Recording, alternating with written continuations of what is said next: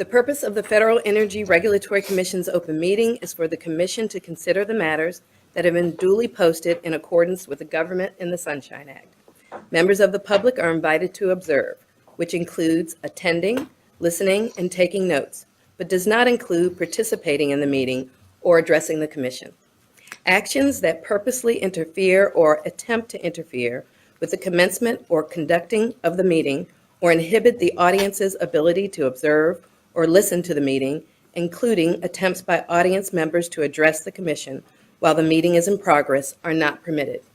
Any persons engaging in such behavior will be asked to leave the building.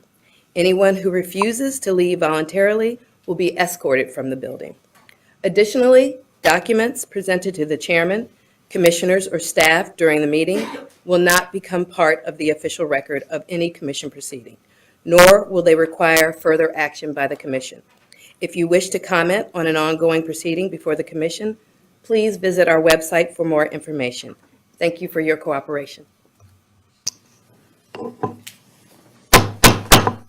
Thank you, Madam Secretary. And with that, we are ready to begin our meeting. Good morning, Mr. Chairman. Good morning, Commissioners. This is the time and place that has been noticed for the open meeting of the Federal Energy Regulatory Commission to consider the matters that have been duly posted in accordance with the Government and the Sunshine Act. Please join us in the Pledge of Allegiance. I pledge allegiance to the flag of the United States of America and to the republic for which it stands, one nation, under God, indivisible, with liberty and justice for all. Mr. Chairman, Commissioners, since the November open meeting, the Commission has issued 69 notational orders. Thank you, Mr. Chairman. Thank you, Madam Secretary. And good morning to all. This being my first open meeting as chairman, I want to take a couple of minutes to say some thank yous and make some opening remarks that I hope will be reasonably brief. I want to begin by thanking the President of the United States for the nomination that has landed me here in this position. And likewise, would like to thank the United States Senate, particularly the Senate Energy and Natural Resources Committee, and its Chairman Murkowski and Ranking Member Cantwell. I am humbled by the confidence placed in me by the President and by the confirming members of the Senate, and I pledge to do my utmost every day in this job to do my best for the American people and for the stakeholders served by this commission. Next, I'd like to give thanks to my predecessor, seated right next to me, the man for whom I have this wonderful new gavel to thank. Thank you very much for that. But more important, I want to thank him for his gracious welcome he's extended to me and the path he blazed for me, and his leadership and faithful stewardship of the chairmanship of this agency for many months. And I think we all owe him a debt of gratitude. So thank you very much, Commissioner Chatterjee.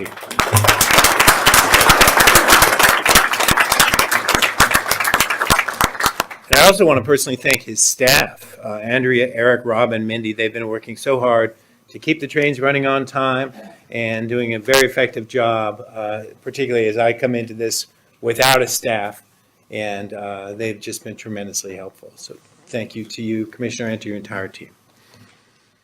I also want to thank Commissioner Rich Glick, my fellow traveler through the Senate confirmation process. We went through it together. It was enormously helpful to me to have someone by my side who really understood and understands the institution of the United States Senate. As you know, that was his day job at the time, working for Ranking Member Cantwell on the Energy and Natural Resources Committee. And it really was invaluable to understand at every stage what was going on and why. And we developed a great friendship and working relationship at that time that I think already is getting us off on a good footing. So thank you very much for all of that, Rich. And I'm already enjoying working with you and looking forward to doing more of the same. And of course, I must thank Commissioner Rob Powelson, also one of my predecessors, along with Commissioner Chatterjee, in getting the place restored to a quorum, getting the place back up and running. I have already benefited from his his helpful counsel, particularly the emphasis he brings, his breadth of experience on issues from a state perspective, something that we all have a little bit of here, but nowhere near, I think, to the measure that you bring. And the passion that you bring with it is just tremendous as well. And as they say in baseball, you can't teach that. So thank It's a you. Philadelphia thing, so. There we go. So thank you very much. I'm looking forward to our continued good work. Sure. And as for the indefatigable Commissioner Cheryl LaFleur, where can I begin? Where can any of us begin? I can't say enough how appreciative I am, and indeed, as you know and should know, our nation is so appreciative of particularly the time when you were here, not only without a quorum, but for a good period of it. You were the lone member of leadership here at this agency. It was unprecedented. It was, of course, challenging, as you know better than anyone, and no one could have pulled it off with more grace and commitment to continued productivity than you did. So we all owe an enormous debt of gratitude to you for that.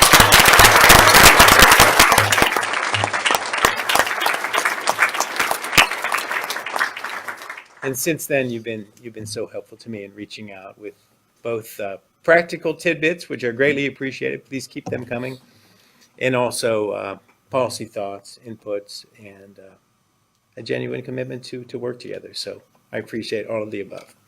Thank you. I also need to thank Len Tao, John Peschke, and the other terrific staff in the Office of External Affairs. They also got me through the Senate confirmation process. I couldn't have done it without them. They're just terrific. They work tirelessly and with a positive attitude. I can't thank them enough. So I look forward to their continued good work. Now, I mentioned the notion of getting staffed up. It's been very tricky and tough, and it's a late-breaking development here is that we have just taken some steps to actually hire some staff. So hooray for that.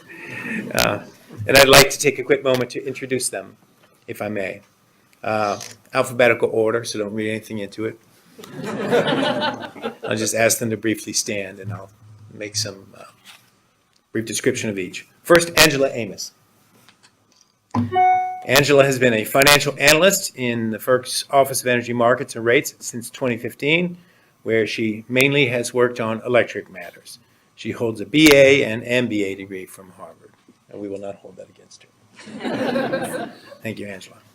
Next, Carolyn Clarkin. Carolyn's an attorney with Ferc's General Counsel's Office.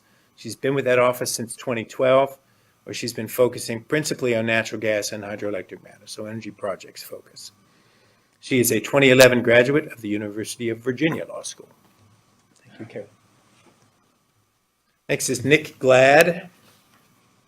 Nick joined the commission as an attorney in the General Counsel's Office in 2012. He served a brief stint as a legal and policy advisor for Commissioner Tony Clark last year, and he has most recently been a lawyer in the Ferc's Office of the Solicitor. He's a 2011 graduate of the Vermont Law School. Thanks, Nick. And finally, Laura Sweat. Laura is an attorney with the Commission's Office of Enforcement. She's been with the Commission since 2014, and before that, she was in private practice. She's a 2011 graduate of Georgetown Law, an alma mater she shares with me and Commissioner Blake. Thank you, Laura. So I ask all the Ferc staffers here to do their best to assist in the transition to these four folks I've just introduced, and thank you in advance for your help in that regard. And I have to also give enormous thanks to the front office staff that I inherited, so to speak, on day one, Tracy Damsky and Michelle Brown. Are they here by any chance? Well, it's a shame because it's probably because they're working for me right now. They've just been wonderful to me from the very beginning when I came in, not knowing how to turn on the computer, not knowing how to do anything, and they've been there to almost literally hold my hand and be sure that they're pointing in the right direction. So big thanks to Tracy and Michelle and for all the help that they continue to offer every day. I have been a member of this commission for all of 15 days now. starting to feel like a veteran. Every day I come in, I have been terribly impressed with the staff I've met, the warm welcomes, the friendly hellos, and just the clear signs of people going about their work in a very conscientious fashion. And so I've been very impressed. I know I've met only a tiny fraction of the hardworking people who work here at this commission. I'm looking forward to getting to meet as many as I possibly can in coming days, weeks, and months. But in the meantime, I just wanted to share my genuine reaction. Just what an impressive place. I had that view prior to coming here, but since coming here in my official capacity, it's been cemented and reinforced. So thank you for all that you do, and I ask you to continue doing it. Together we can get a lot done here at the Ferc, and I'm looking forward to it. With that, I would like to turn to colleagues here for any opening remarks they care to share. Well, thank you very much, Chairman McIntyre. Thanks for your kind words, and I'm extremely excited to welcome you and Commissioner Glick to the commission. We're happy to have you. We'll really benefit from your expertise and experience, and it's wonderful to have the whole table filled and the whole couch filled, or the bench, whatever you call it, for the first time in a long time. I would like to welcome your team. You've chosen well. It's nice to have Nick and Michelle back on the floor, but also welcome Tracy, Angela, Carolyn, and Laura. Look forward to working with you in this new capacity, and excited about the future. I also want to welcome Rich's terrific team, but I won't steal his thunder because I assume he's going to introduce them. I want to take a second to congratulate everyone at the commission for the commission being named the #1 place to work in the federal government for agencies our size. That is a credit to many, many people. I especially want to recognize senior staff and the teams they set up in each office for the work that you all did to learn from the lessons of past surveys and learn places we could improve. And want to recognize Shabi and Eddie in the Office of Human Resources for their work on helping us learn from the survey. We're waiting for the subcomponent results, which must be good because, right, I mean, I'm not a math major, but you can't have good total results unless your subcomponent results are good. So there may be more late-breaking news in January. And finally, I would also like to thank Commissioner Chatterjee for leading the commission for the past 4 months and for all the work that you and your team did to help us work through the backlog and reestablish quorum. And I really thought a lot about what do you get for the man who has everything. But fortunately, I found something right in my office, made in Kentucky, that I thought was near and dear to your heart. Wow. What do we have here?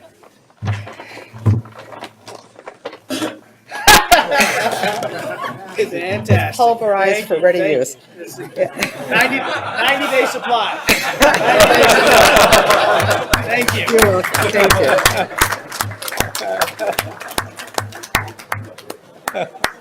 Thank you. Very good. I'm out. A resilient gift.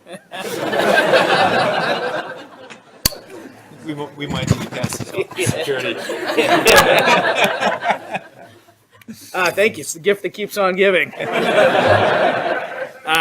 Thank you for the gracious gift. I want to take a moment to welcome the new chairman, my good friend, Chairman McIntyre. This is an important moment for the commission.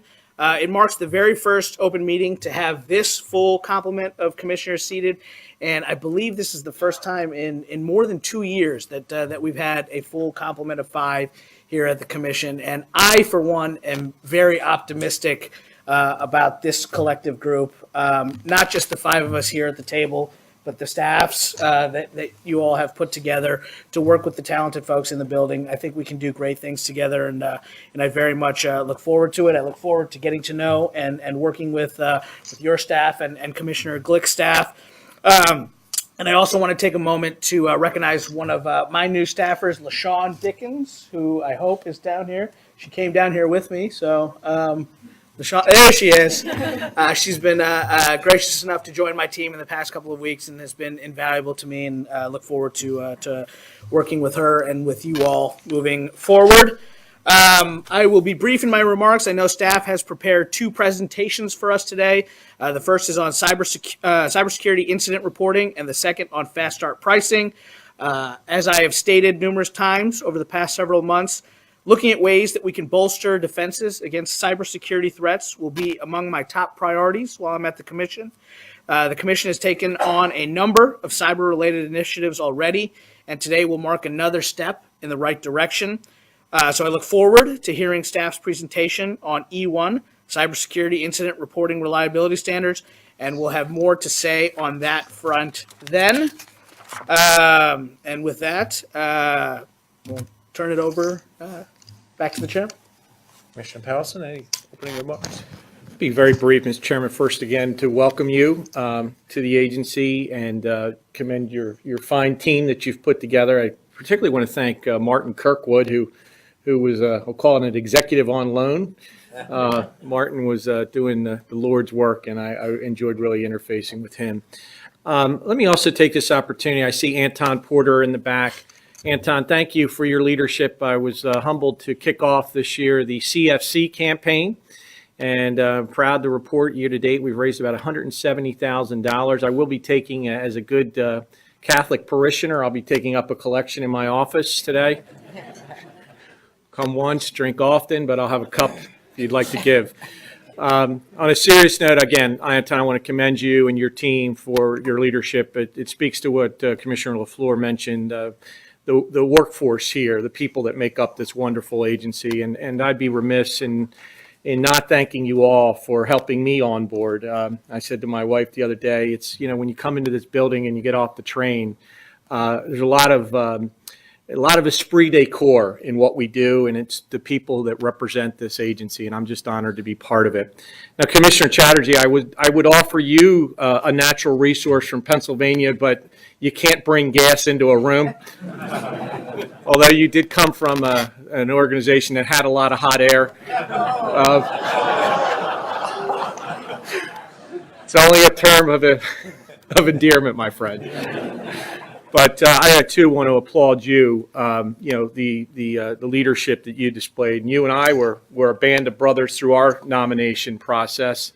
I don't encourage anybody to go through that process, by the way. But commend you again for your leadership and working with your team, your staff, the professionals around you. Great group, and look forward to a continued great working relationship with you. And lastly, I just want to take this opportunity. I do have a new staff member, Kathleen Bernard from Brooklyn, New York. We tried to get someone from Philadelphia. It just didn't work out. I want to welcome Kathleen. She joined us, her prior life, she was at the National Institute of Health, NIH, and I just want to welcome her here today. And lastly, I'm looking out in the audience. I want to recognize a former colleague from the great state of Missouri, former Commissioner Robert Kenney's in the room. And Robert, it's always good to see you. I have no idea why he's here.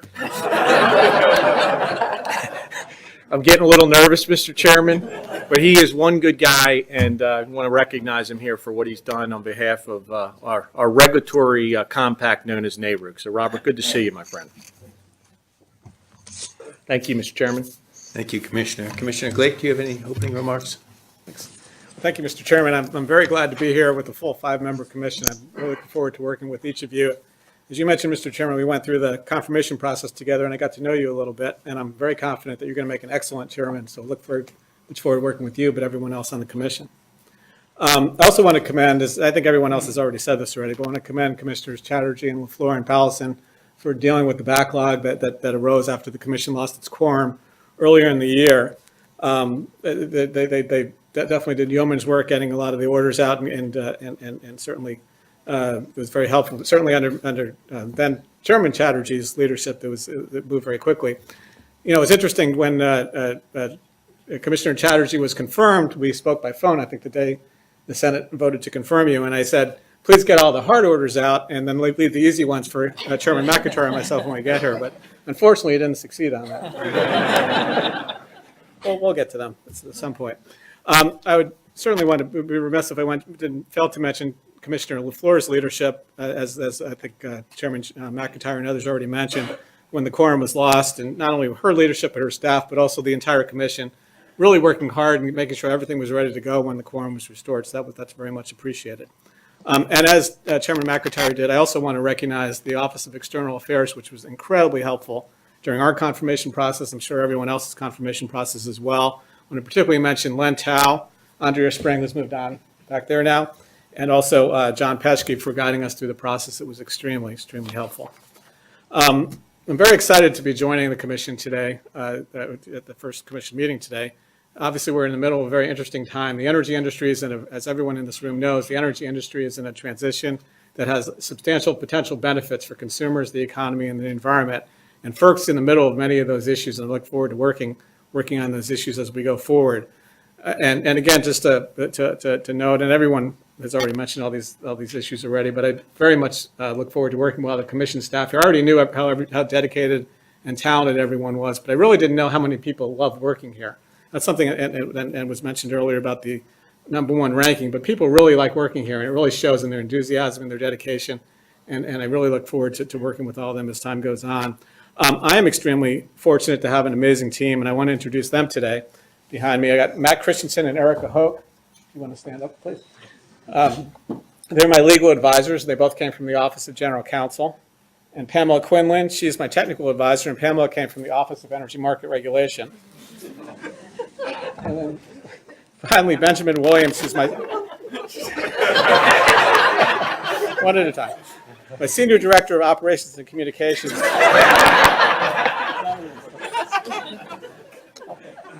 Make up your mind. Well, Benjamin previously served in that role with Commissioners Honorable and Bay.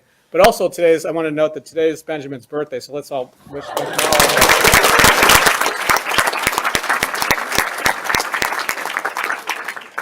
all four of them bring a significant amount of experience from the other floors at the commission, and I really look forward to working with them as we move forward.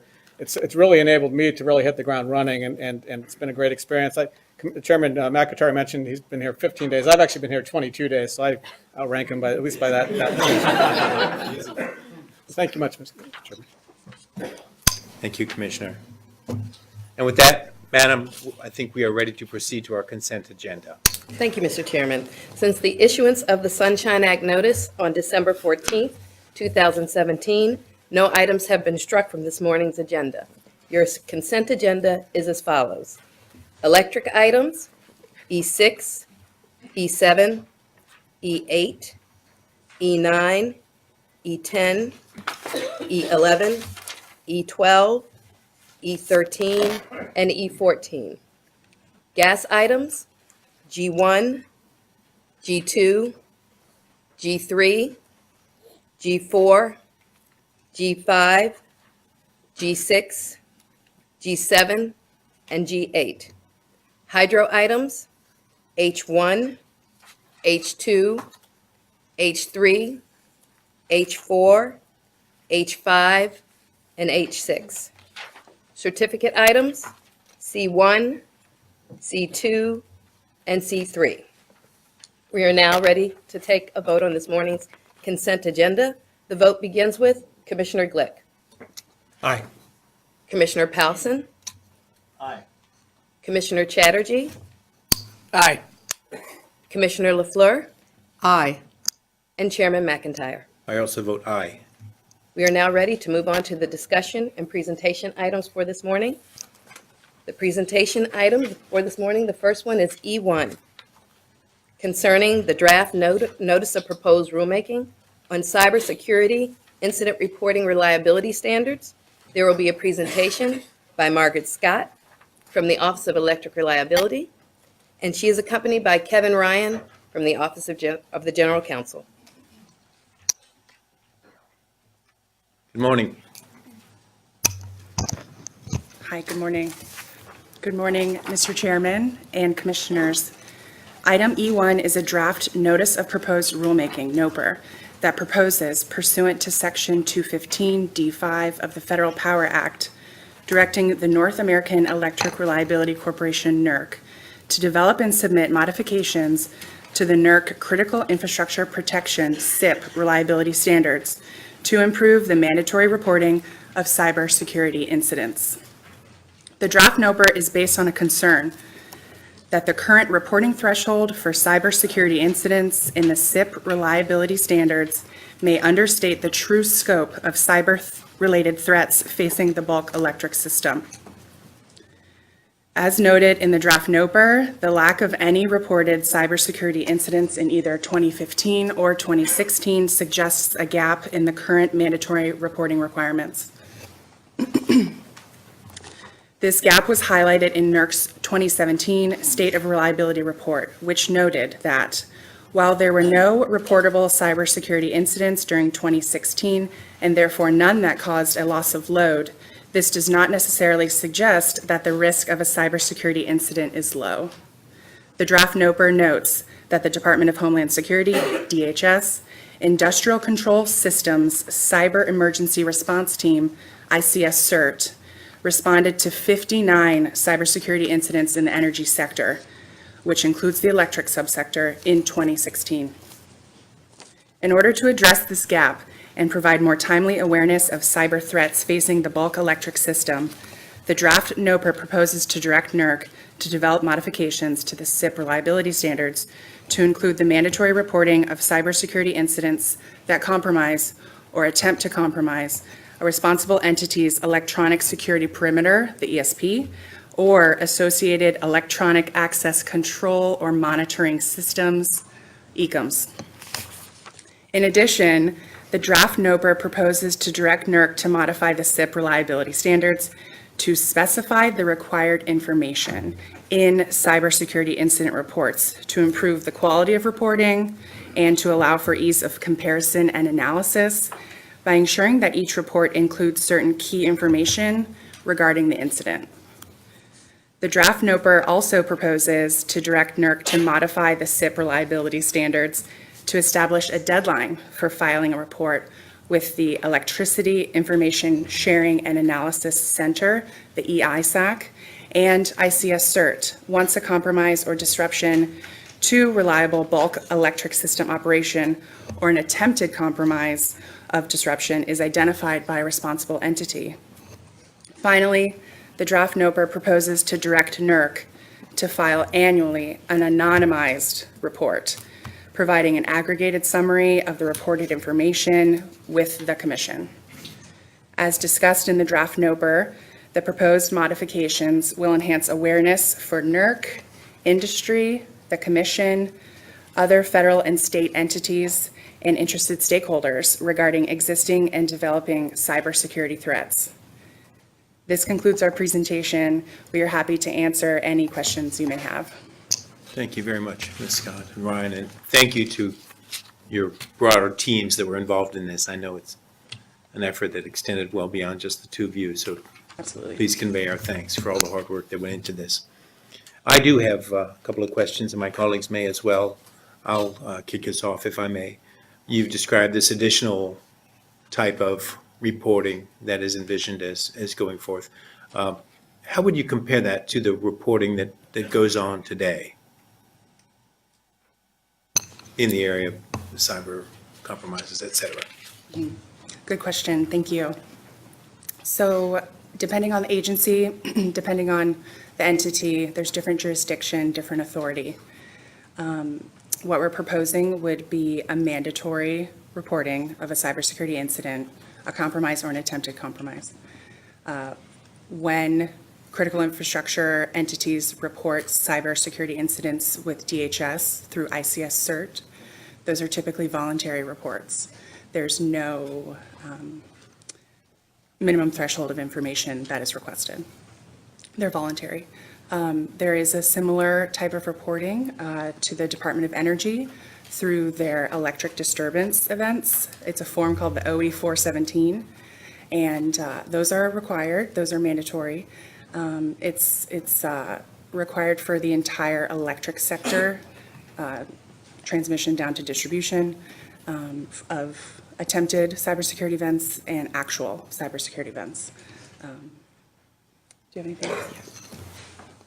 And I'll just add one point. The current SIP reliability standards do have a mandatory reporting requirement, but it only kicks in when operations have actually been affected. So the proposal here is now to try and get ahead of that. And if there are attempts, we want those reported as well. I see. Thank you. And also, I learned a cool new acronym this week that I heard you use in your presentation, ECMS. I sound cool already, don't I? Electronic access. Control, electronic access And control. monitoring systems. Or monitoring systems, right. Diminishes the coolness if you lose the word. But so you're adding in the ECMS component of this to the reporting. How is that important? Just to help us to get a sense for the importance of that.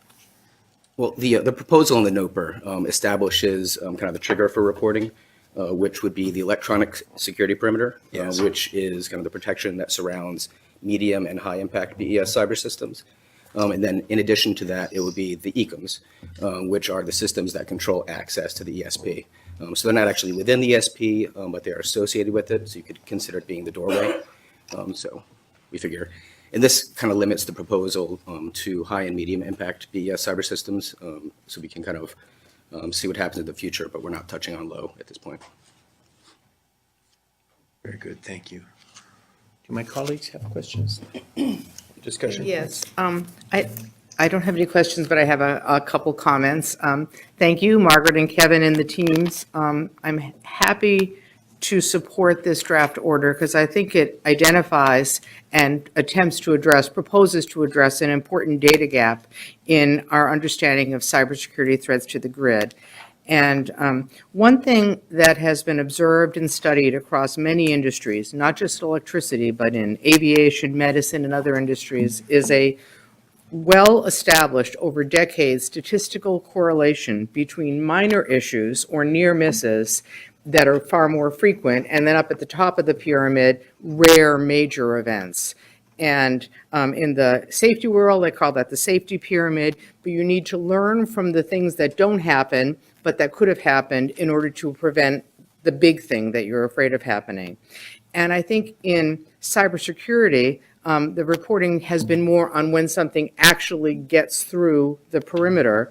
I think it's important that we identify and track attempted incursions into the grid cyber defenses to help us learn from them, study the trends, see what we might need to do to standards or what industry might need to do so we can prevent a more serious incident.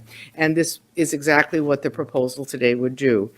I also want to call out the fact that the proposal would require NERC to file annual public but anonymized summaries, so that I think that you all in the team did a great job in balancing the need for transparency so we understand what's going on, but the need for security so you don't know where the breaches were. And I really appreciate your work on it, and I look forward, as always, to receiving comments on the proposal. Thank you.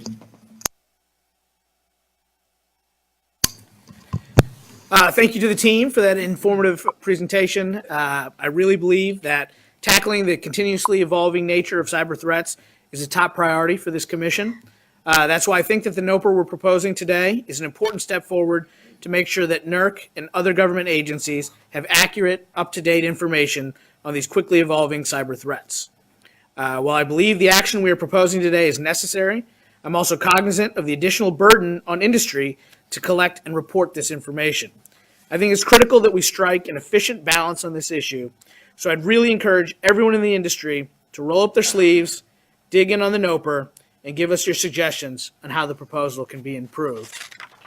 One question for the team. So my understanding is that the NOPR doesn't require reporting of every attempted intrusion into an entity's network.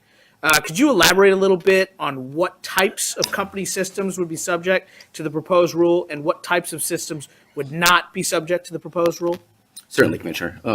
In this situation, we're focusing on the operational systems and more specifically the medium and the high impact BES cyber systems that facilitate operation of the bulk electric system.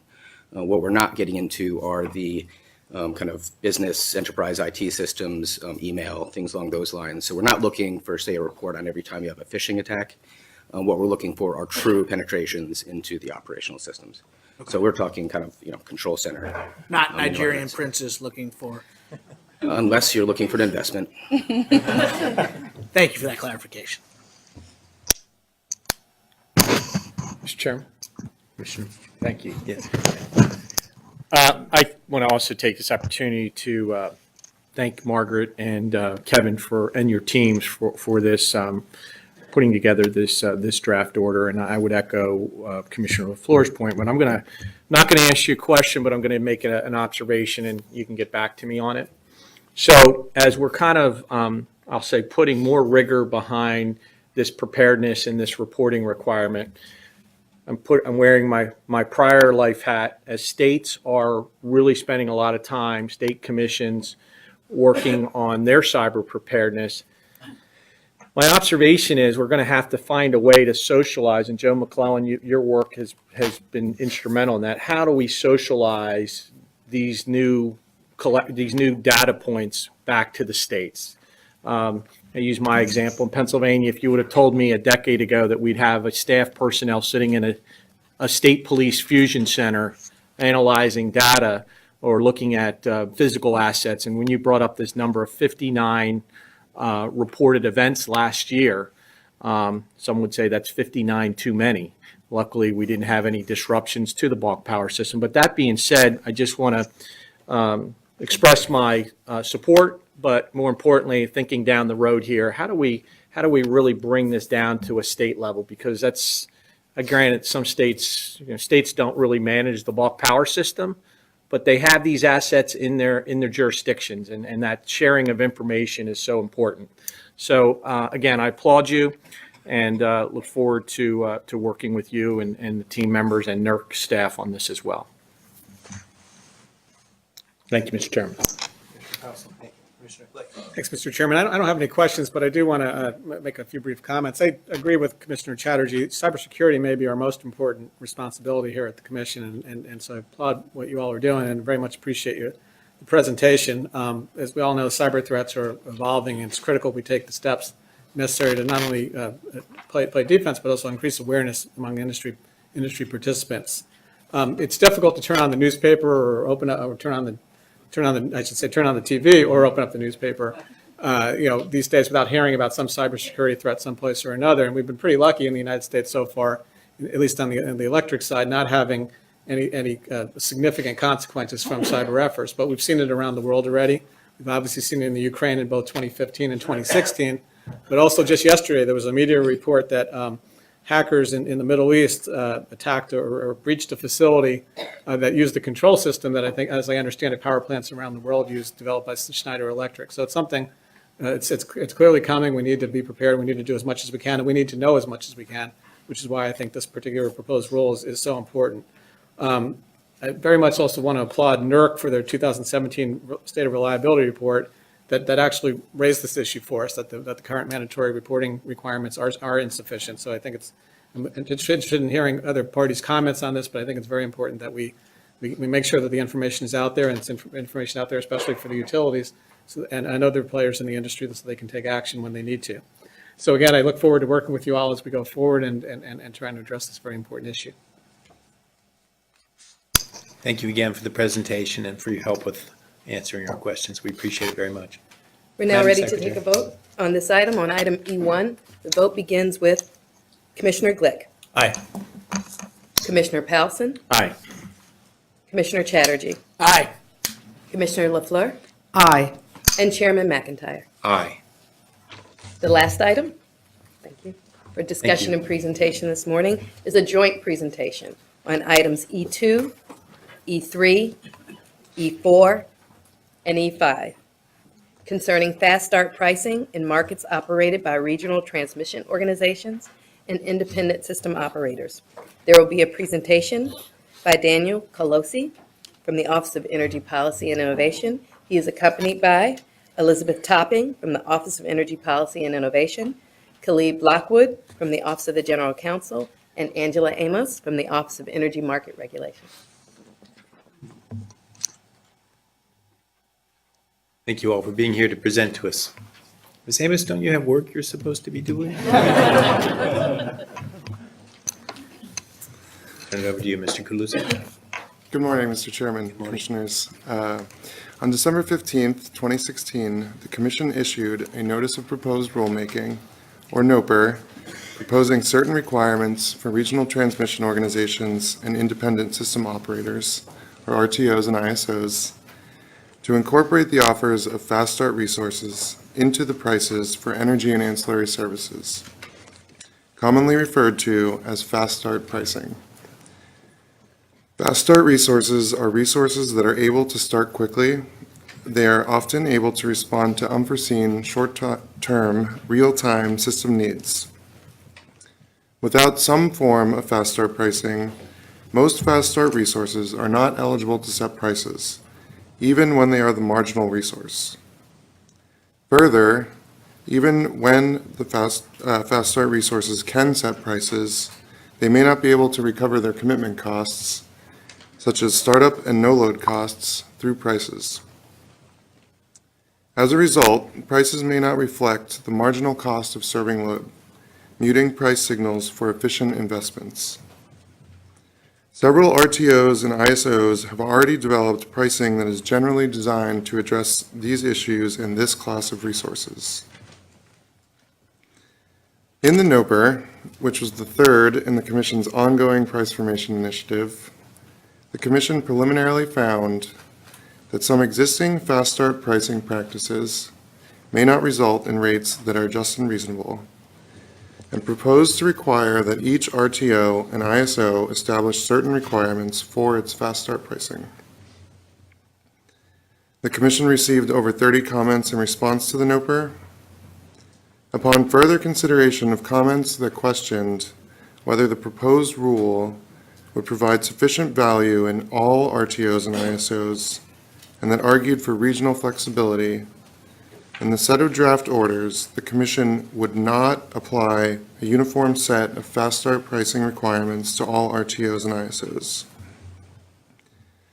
Thus, item E2 proposes to withdraw the NOPR and terminate the rulemaking proceeding. Instead, the Commission is proposing to pursue the goals of the Fast Start pricing NOPR through 3 draft orders. These orders would focus on specific concerns with the implementation of Fast Start pricing in each of 3 RTOs and ISOs. These orders, items E3, E4, and E5, involve New York ISO, PJM, and SPP. Each of these 3 orders would initiate investigations pursuant to Section 206 of the Federal Power Act to determine whether certain Fast Start pricing practices of these RTOs and ISOs lead to rates that are unjust and unreasonable. Because New York ISO, PJM, and SPP implement Fast Start pricing in different ways, these 3 orders address different aspects of Fast Start pricing that are specific to each RTO or ISO. The 3 orders also address some common issues. For each of the 3 RTOs and ISOs, the orders would generally address, 1, whether the RTO and ISO tariffs should be revised to include Fast Start resources commitment costs in Fast Start pricing, and 2, whether to allow the relaxation of Fast Start resources economic minimum operating limits by up to 100% for purposes of setting prices. For 2 of the RTOs and ISOs, PJM and SPP, the orders would also address other specifics, such as whether Fast Start resources are being dispatched in a manner that minimizes production costs. Details differ for each RTO and ISO because their Fast Start pricing implementation differs. Interested parties may file initial briefs on these matters no later than 45 days after publication in the Federal Register, with reply briefs due 30 days thereafter.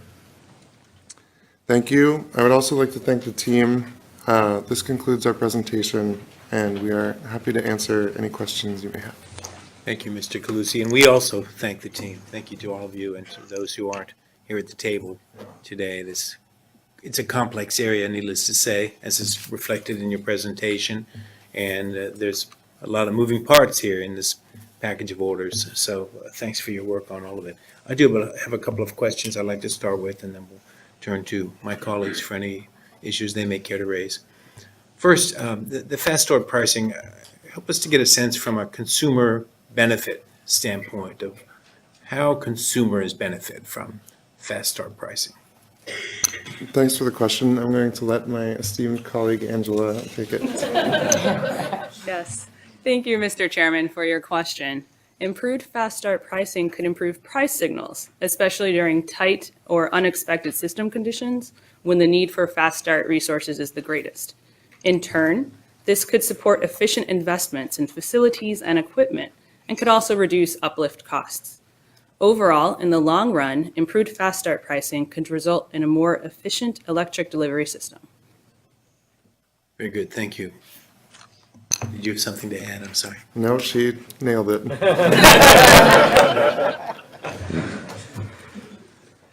As to the Section 206 orders, the Section 206 directives, how do they advance the Commission's overall goals in the price formation matter? Thank you for that question. I'm going to let Elizabeth take that one. Thank you, Mr. Chairman. So consistent with the goals of price formation, the three 206 orders initiate proceedings on fast start practices in NISO, in PGM, and in SPP. Accurately pricing fast start resources, they can advance the Commission's price formation goals by more transparently reflecting the marginal cost of serving load. So by more accurately reflecting the cost of fast start resources and prices, improved fast start pricing may reduce the need for out-of-market compensation for uplift.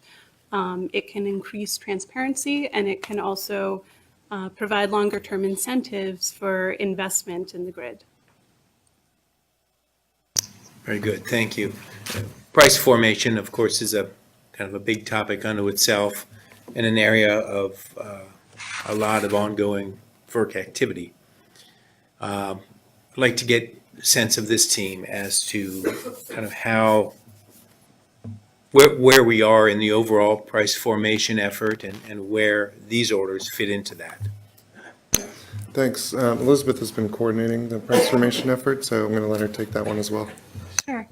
So right now, let's see, we have final rules that were issued in both the offer cap proceeding and in the settlement interval and shortage pricing proceeding.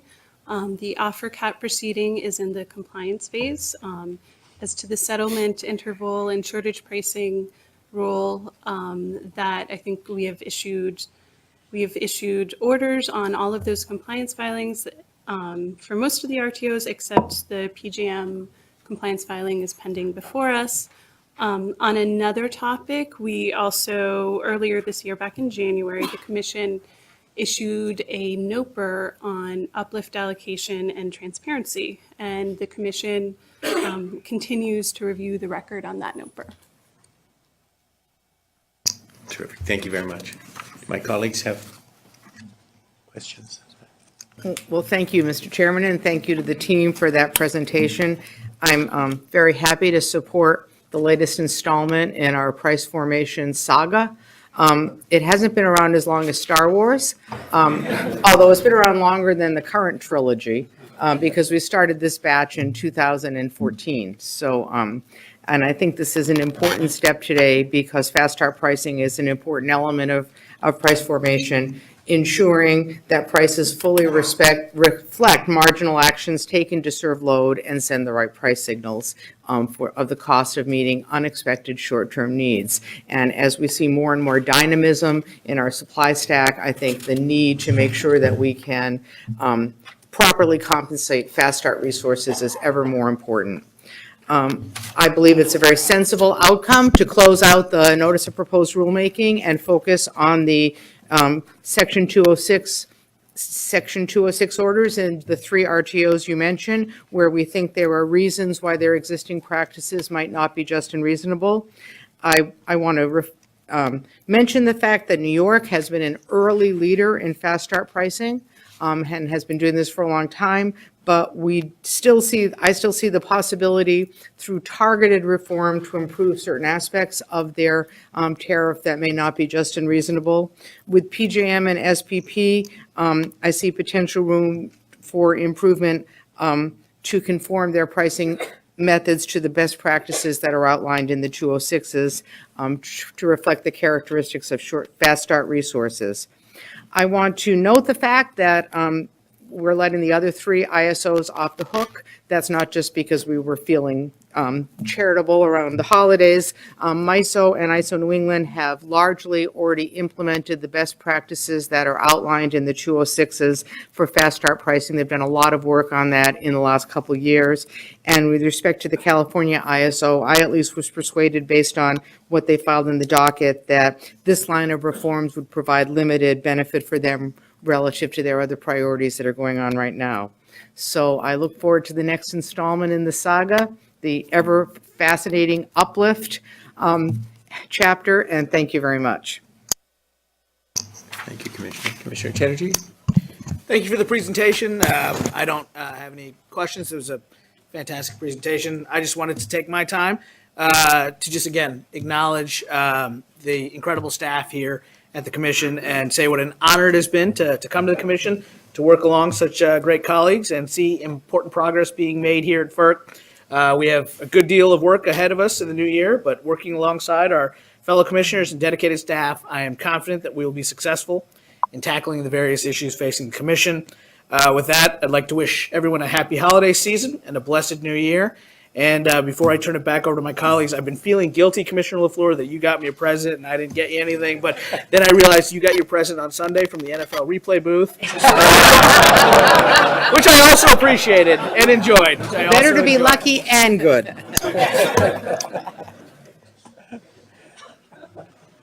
Mr. Pennsylvania. I'm the Steelers fan. Commissioner Powelson. Well, I never said the union of NFL referees were above reproach, but Commissioner Chatterjee, thank you for reminding our esteemed colleague from the great New England State about that little hiccup. The ball did cross the goal line, but you actually argued with me too, so I got it on both sides. First, staff, thank you so much for your work on this, as Commissioner LaFleur, the epic saga, as the chairman also alluded to, this whole conversation around price formation. I just want to, there's a lot of people using this thing called the polar vortex around this town, and I kind of encapsulate what we're doing here today as part of another positive outcome in terms of, we talk about grid resiliency. And as I heard you mention earlier, efficient investment, accurate pricing for forecasting load and potential reductions in uplift, all great outcomes to the organized markets. But more importantly, back on the resiliency side, with these kind of resources providing, being able to be dispatched during, whether it's a polar vortex or a Cat 5 hurricane, this kind of speaks to these assets and the value they do provide the grid. And I think in your presentations, I think you all kind of drove home that message to us. So I applaud you there. I also, again, Commissioner LaFleur, yes, regional flexibility does matter. And I do like the fact that I think we did strike the appropriate balance of this 206 looking at PJM, SPP, and the New York ISO. And I think that is a good outcome here this morning. I also look forward to working with the chairman and my colleagues and staff here to continue this important work on price formation, whether it's an epic saga with many iterations, but it's certainly, as I was quoted yesterday, in my prior life, I was an inpatient regulator, but you look at the steps that we've taken, offer cap rule, today's action, capacity performance, uplift allocation. This is all part of the work, Commissioner Chatterjee, don't quote me again using my quote, doing the boring good. I got wind of that, by the way.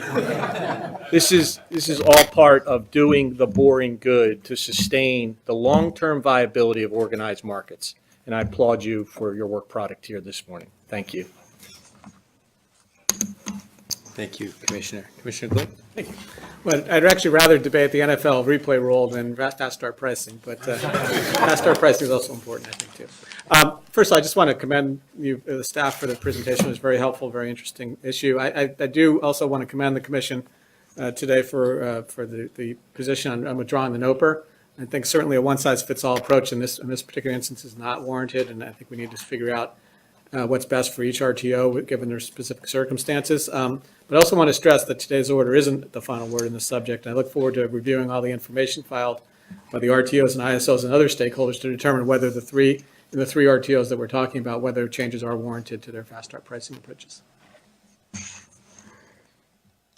Thank you, Commissioner. Madam Secretary? We will now take a vote on these items together. The vote begins with Commissioner Glick. Aye. Commissioner Powelson. Aye. Commissioner Chatterjee. Aye. Commissioner LaFleur. Aye. And Chairman McIntyre. Aye. Thank you. Thank you for your presentation. Mr. Chairman, that's the last item for discussion and presentation this morning. Thank you, Madam. I have some closing remarks, and I will invite any of my colleagues that care to offer additional remarks to do so as well.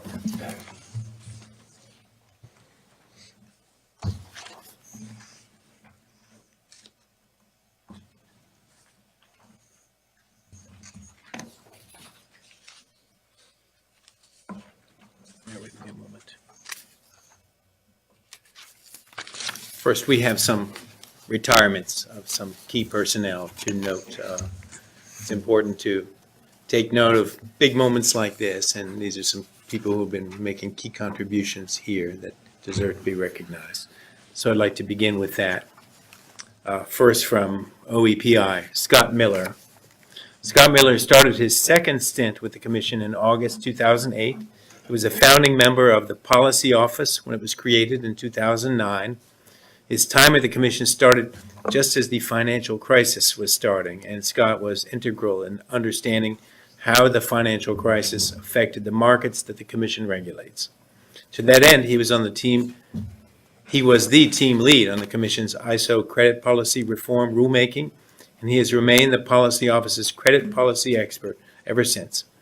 More broadly, Scott has brought a unique perspective, often grounding policy discussions with historical context and commercial experience from his time in the private sector. He is leaving the Commission at the end of this month to become the Executive Director of the Western Power Trading Forum. Please join me in thanking Scott Miller for his many contributions.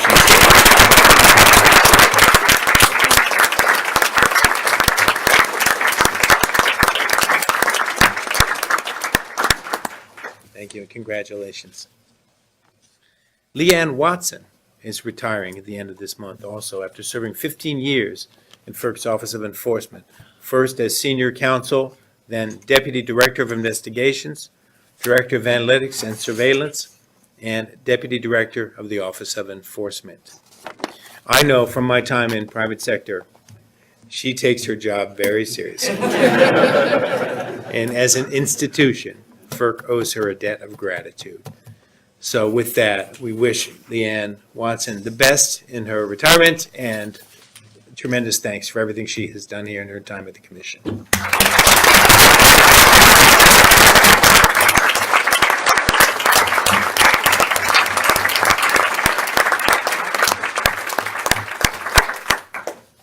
And finally, Brian Craig, an institution within an institution. He is retiring after 37 years of public service, including 30 here at the FERC. He has long served as FERC's Chief Accountant and Director of the Division of Audits and Accounting. Brian Craig, thank you so much, and we wish you all the best.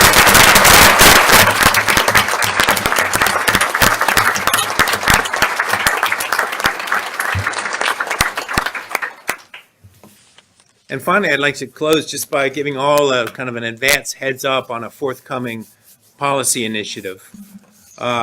We are still feeling our way forward in terms of, when I say we in this context, I mean I and my own team, my staff, in terms of what our policy priorities are going to be for coming months and years. Certainly, there's no shortage of choices. Reliability is really important to me. Certainly cyber, a key component of that, being sure we get markets right, and so on. But process-wise and governance philosophy-wise, one thing we have made clear from the beginning, and one thing that I emphasized throughout the Senate confirmation process, was my belief that we as government officials and we collectively as a government institution owe it to all concerned to take a look at our processes and policies from time to time and say, as to this specific area of policy and process, is there any way we can improve it? Let's dust off the existing playbook, take a fresh look at it, and ask ourselves the really hard questions around, is there any way we can improve this? And we have decided, for better or worse, to begin with a fresh look at the long-standing 1999 policy statement on the Commission's issuance of pipeline certificate orders. Obviously, in 1999 is some time ago. Much has changed in the industry, including particularly in the natural gas and natural gas pipeline industry. And so without prejudging anything and without intending to forecast a policy direction, indeed that is not the case. Rather, it's a matter, we believe, of good governance, to take a fresh look at this area and to give all stakeholders in the public an opportunity to weigh in on what they believe should be any changes to our existing policy, any broad changes in direction, any minute refinements to policy steps, to procedural steps that are required, and to give us the benefit of candid advice. We have an excellent staff here in the Office of Energy Projects here. They're up to their eyeballs in work, and that's not a problem. Indeed, they're not complaining about it. They, of course, will bring their own expertise to bear in this effort. So I'm very much looking forward to working with them and getting their candid views, both in advance of public input and to help us figure out of the various pieces of public input, which are perhaps more deserving of attention than others.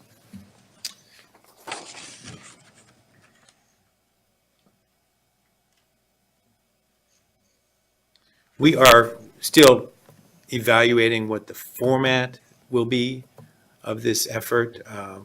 We're not ready to make an announcement on that, what the format and precise scope is of it, but I guarantee whatever it is, it will be open and transparent and thorough, and it will invite the views of all stakeholders to ensure that we are doing everything that we can to accurately and efficiently assess the pipeline applications that we receive and process, and to be sure that we're doing it in the right way, in the most sensible way.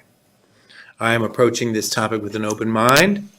I want the staff and the commission to take a fresh look at all aspects of the issue. I've had some early discussions on the matter with my fellow commissioners. I'm delighted by their enthusiasm on the topic. I look forward to working with all of them, with our expert staff, and with the other commissioners, advisors, and staff as well on all of this. So with that, I would like to turn to my colleagues for anything they would care to add on the matter. Well, thank you very much, Mr. Chairman. I first want to briefly give a shout out to the three esteemed colleagues who are retiring, Scott, Leanne, and Brian. I think they collectively represent both the breadth of our work, across credit policy, enforcement and all of its ramifications, and our accounting. Talk about the boring good. I'm sorry, trademark. I'm sorry, copyright. But the accounting and audit work of the commission, that's like at its very, very heart. But they also, I think, collectively represent the ability of a person who really cares and work hard to kind of change the arc of the commission's work. And there's no question that each of these individuals have done that in different ways, and they're leaving the commission a different place than they found it, and a better place. And so we will miss you. I want to thank you, Kevin, for your announcement of a review of our pipeline work.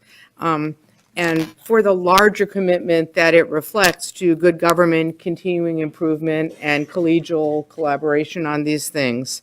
1999 seems like just yesterday to me, but in fact, a lot has changed, particularly in the natural gas world, with the tremendous growth in domestic natural gas that's led to major changes in the way gas is used, its growth tremendous growth for electric generation. I mean, when I first got in the industry, it had just been turned on as being allowed. It was once unlawful to use under the Fuel Use Act. And now, of course, there's been a tremendous growth in generation fired by natural gas as well as export applications. And they've led to a large growth in our pipeline work, a large demand for new pipelines, often numerous pipelines in a particular geographic region that are each reviewed independently.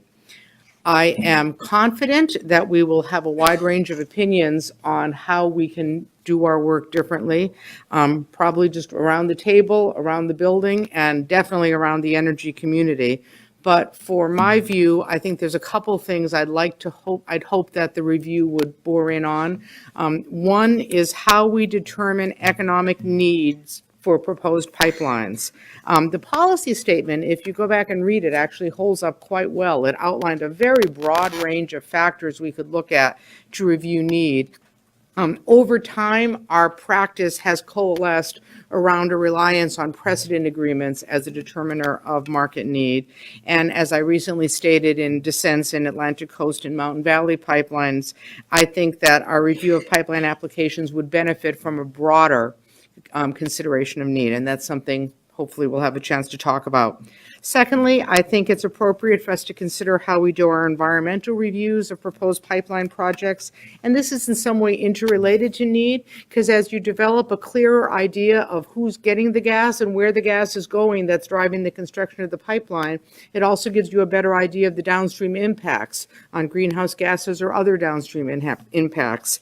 And so I think those issues go hand in hand. But I was already looking forward to 2018 with all you fine folks, and I now am even more. So thank you very much. And this is probably my last time at the mic. I want to wish everyone a wonderful holiday and a happy, healthy new year to all our audience regulars and those in the web world. Thank you. Thank you, Commissioner. Commissioner Chatterjee. Thank you. I also want to briefly recognize our retirees. I first met Leanne while going through the Senate confirmation process, and she was so patient and understanding in walking me through the complexities and history and detail of the enforcement process. And will be forever grateful for your stewardship in helping me get through that process. Fortunately, during my time at the commission here, I've had nothing to do with accounting audits, but I did get to briefly meet Brian socially, and I feel saddened that I didn't have a greater opportunity to interact with you, because I've heard many wonderful things. You've had a tremendous impact on this institution during your time here. To my fellow Kentuckian, I've actually known Scott for some time now, and wish him well in his travels west, and to welcome him on that, I'm actually going to transfer the gift that Commissioner LaFleur gave to me. You may not see a lot of this where you're moving to, so please take that with you. In regards to revisiting the Commission Certificate Policy Statement, I very much look forward to working with my fellow commissioners and FERC staff on reviewing elements of the Commission Certificate Policy Statement. Although I am supportive of our current policies, I wholeheartedly agree with the chairman that it's important the Commission takes a look at how it exercises its statutory obligations. I believe we should identify not only opportunities for potential improvement and greater efficiencies, but also what the Commission is currently doing right, so we can continue our existing approach where appropriate. Lastly, I want to echo the chairman's promise that the Commission will engage the entire spectrum of stakeholders on this important issue. I, for one, am committed to ensuring that my door will be open, as always, to all stakeholders on this issue, no matter where they sit on the political spectrum, what interests they represent, or what part of the country they come from. I particularly want to speak to those who feel frustrated that their voices are not heard throughout this process. I want you to know that I empathize with that frustration, and you have my word that you have an audience with me, and that I will seriously consider the issues you bring to bear. And with that, we'll turn it back over to my colleagues. Thank you, Commissioner Chatterjee. Commissioner House. Thank you, Chairman McIntyre. Let me first take this opportunity to commend you for this opportunity for us all to work collectively around a very big issue. I agree with you. It's about good governance. It's about transparency, but it's also about, as I like to coin the phrase, value engineering and good public policy outcomes. So yes, 1999 was over a few decades ago, and and I think we all remember where we were in 1999. But that being said, I have embedded in me DNA from my prior life experience. I served on Governor Corbett's Marcellus Shale Commission, where we updated our Oil and Gas Act, and I also served on a very successful initiative run by current Governor Tom Wolf around pipeline safety. So this is, for me, coming from the second largest natural gas production state in the country, this is important because Pennsylvania is the epicenter for FERC touch with these pipelines being cited. And Commissioner Chatterjee is right. There's a lot of impacted constituents, and some of them have been heard loud and clear, and some of them need to be heard. And I will also, though, go on record here this morning, I've said it time and time again, that we don't rubber stamp interstate pipelines here. I look over to my good friend Terry Turpin. I call him Mr. Infrastructure. But the work that his team have done, whether it's collaboration with other federal agencies, working with public input sessions, behind that is for the bad actors that can't get with our 12-step program on how to do a pipeline properly, our enforcement efforts. So people should have peace of mind that, one, we don't cite pipelines on speculation here at the FERC.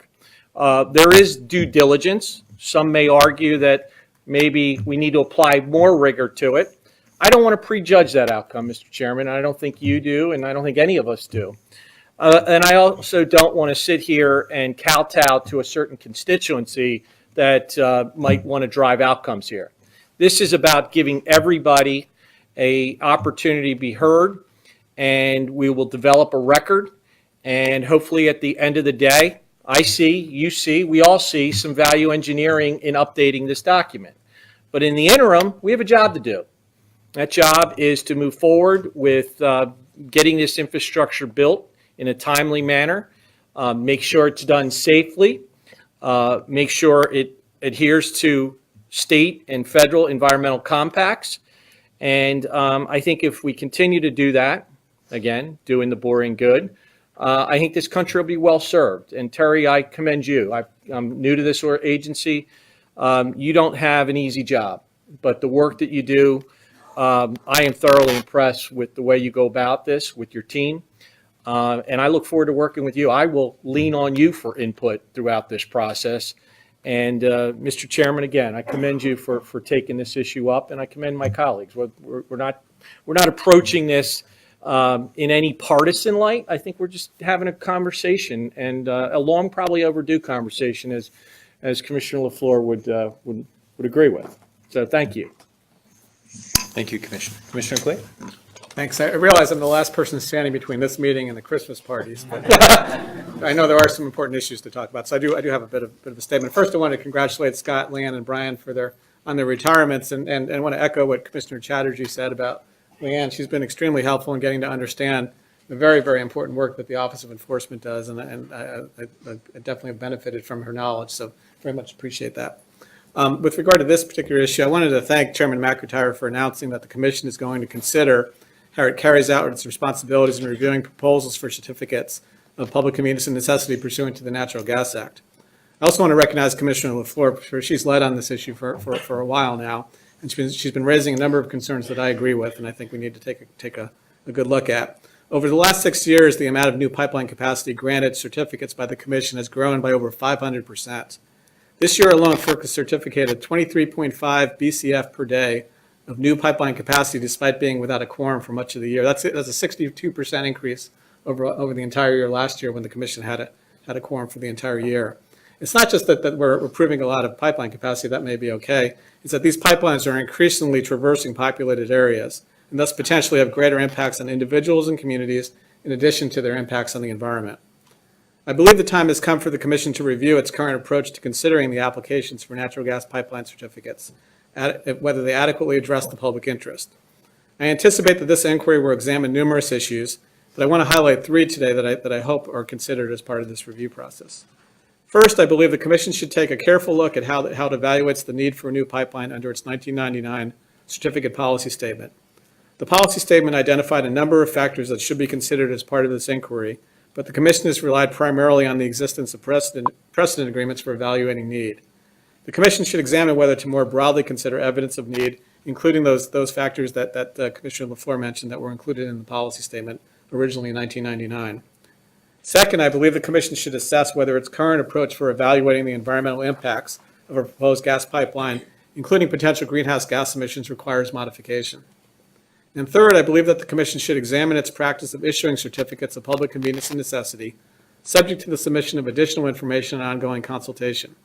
It is important that the Commission have the information bearing on whether a project is in the public interest before it grants a certificate.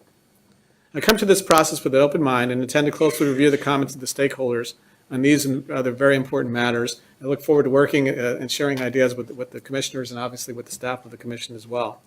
So thank you again, Mr. Chairman, and happy holidays to everybody. Thank you, Commissioner. I thank all of my colleagues for their thoughtful contributions thus far and look forward to working on this important matter with all of you. Thank you to all for being here, for your attention to the important work of this commission, whether you're here in person or whether you're following us online. I thank you all, and I also join my colleagues in wishing happy holidays to all of you and the best for 2018. Madam Chairman, Madam Secretary, is that? Nothing more. With that, we are adjourned.